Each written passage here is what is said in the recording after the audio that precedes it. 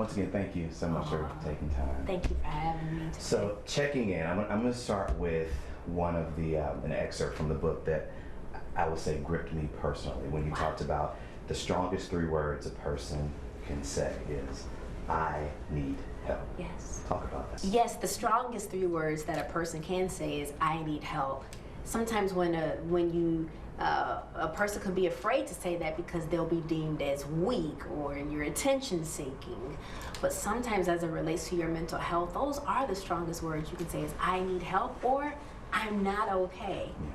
Yeah. And talk about the process. You know, it's not easy, especially when you talk about the strong friends or the strong ones, to actually say those, because it made me think about it, the times when I've actually told a family member or friend, hey, I need help, or I'm struggling with this. It took a while, and I kind of may have known I needed it, but it takes some inner work to a process to actually say it.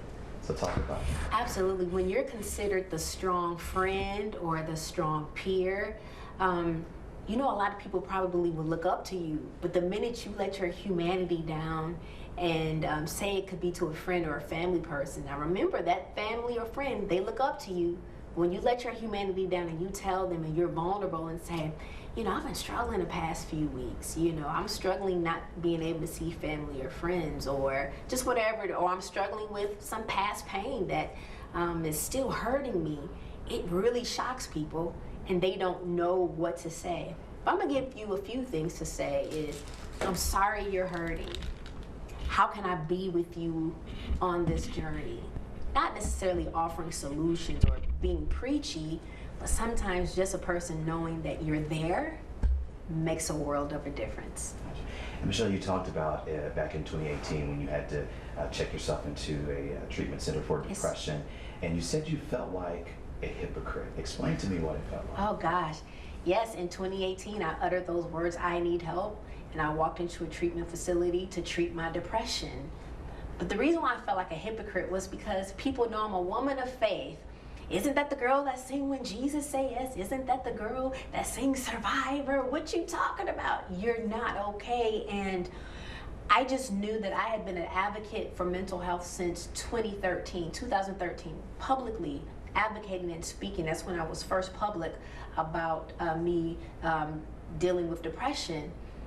And I just remember saying, you told or you tell people to get help, seek therapy, seek counsel, whatever it is that you need. So now I had to take those same words that I tell everybody else, and I had to do the same thing. Now I didn't want to publicly say it at that time, but people found out, they leaked that information, and as embarrassed as I was, as humiliated as I was like, well, I'm gonna get my power back one day. And now 3 years later, I'm here to tell the story about it is okay to seek help. So I'm just checking in with others, seeing how you're doing, and letting you know that it is okay to get counsel, to get therapy. Come on, y'all, let's call it. Let's get some therapy. Yeah, and you also talk about how you struggle with it even when you were in Destiny's Child, and not even your group mates knew. Yeah, yes. While in Destiny's Child, depression followed me. As far as the symptoms showing up, they showed up around the time when I was in the 7th grade. So being in the music industry did not cause my depression. It was already there.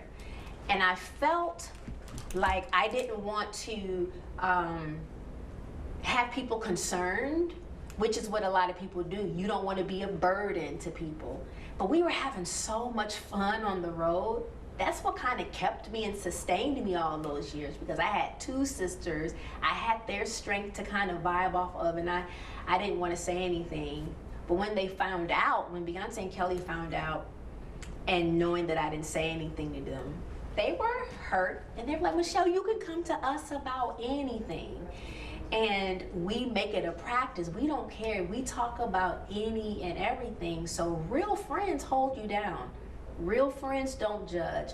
Family is supposed to hold you down. Family is not supposed to judge, other than saying, we are here for you. We're here. Now you have to do the work yourself, but we're gonna be here on the journey with you while you do the work. And I heard you just say a few minutes ago, therapy, and you said, say it. We've got to Say the it. word. Normalize Yeah, it. and it took me back to the first time I saw a therapist. It was hard for me to actually call her a therapist. And do you think that that's even harder, and that stigma is still there in the Black community especially? Yeah. And how do we break that, Michelle? Well, if you break your ankle, you go to a physical therapist. You know, if you're feeling like you got high blood pressure, you're gonna go to a doctor, a practitioner, occupational therapist, speech therapist, or pathology, however you wanna call it. Nothing is wrong with having a therapist, but in the field of mental health. We put mental health over here, but all the other situations, or we put mental illness over here, but we lump all the other ailments together and we call that normal. But mental illness and mental health, we put it over there somewhere. And I figure out, well, a psychiatrist went to the same school as a doctor. They have different practices and different specialties. A nurse who works at a treatment facility went to the same nursing school that my mom went to she's a registered nurse. So let's bring it all together. Let's lump mental health in the same areas where we lump in reproductive health, cardiovascular health, physical health, period. It all goes together. Gotcha. And talk about, so 2018 you checked yourself into the treatment center and you went through that process, and then after that COVID hit. Was that another blow for you? How did you deal with that?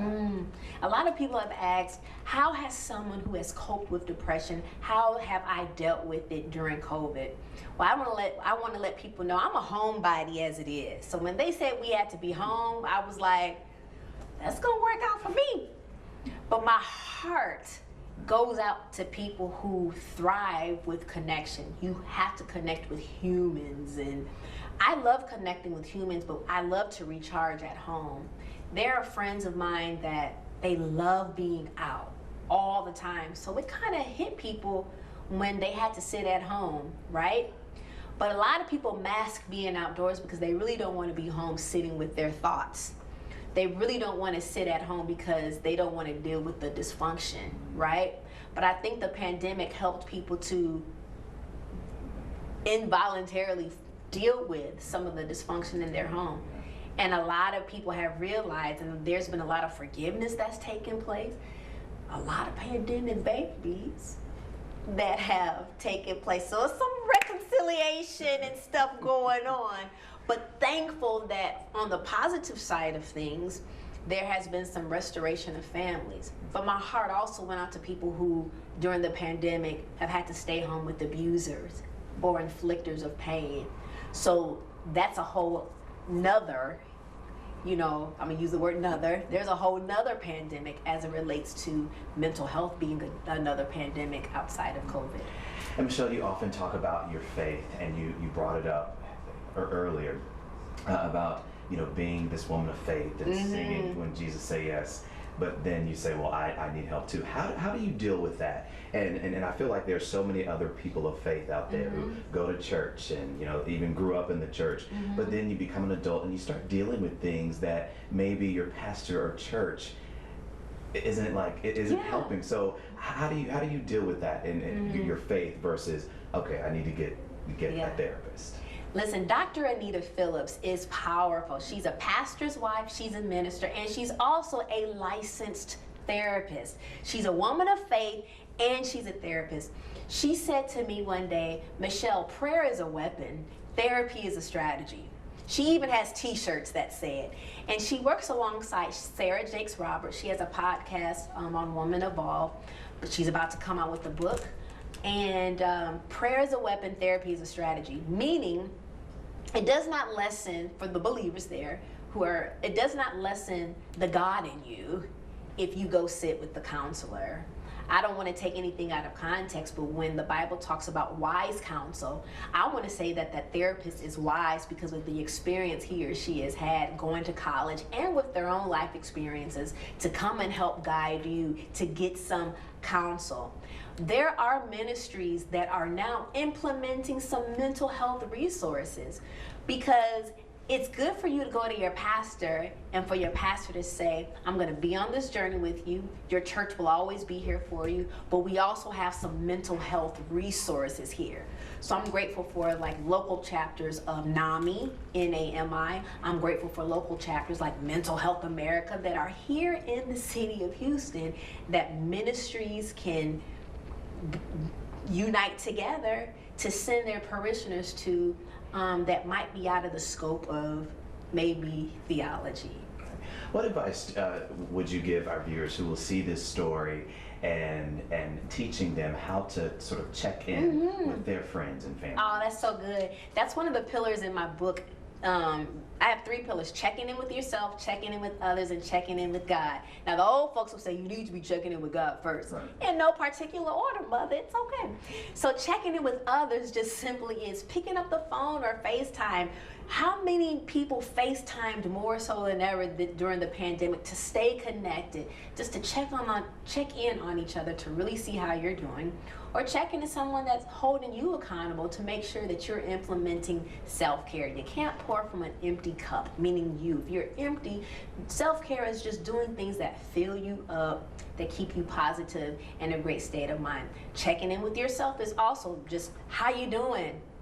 You know, checking in with God is just me waking up in the morning, affirming I'm going to have a great day no matter what life throws at me, or just simply talking to God and saying, "Ooh, I feel overwhelmed," or "I'm so thankful."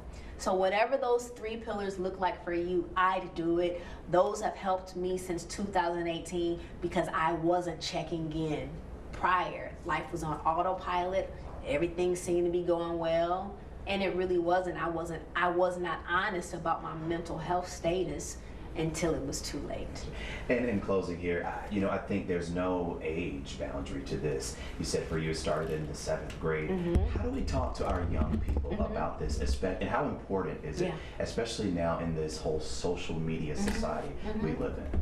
Well, when you're dealing with teenagers, that 11 to 12-year-old, like I have a niece right now who we believe is definitely going through the transformation into womanhood, right?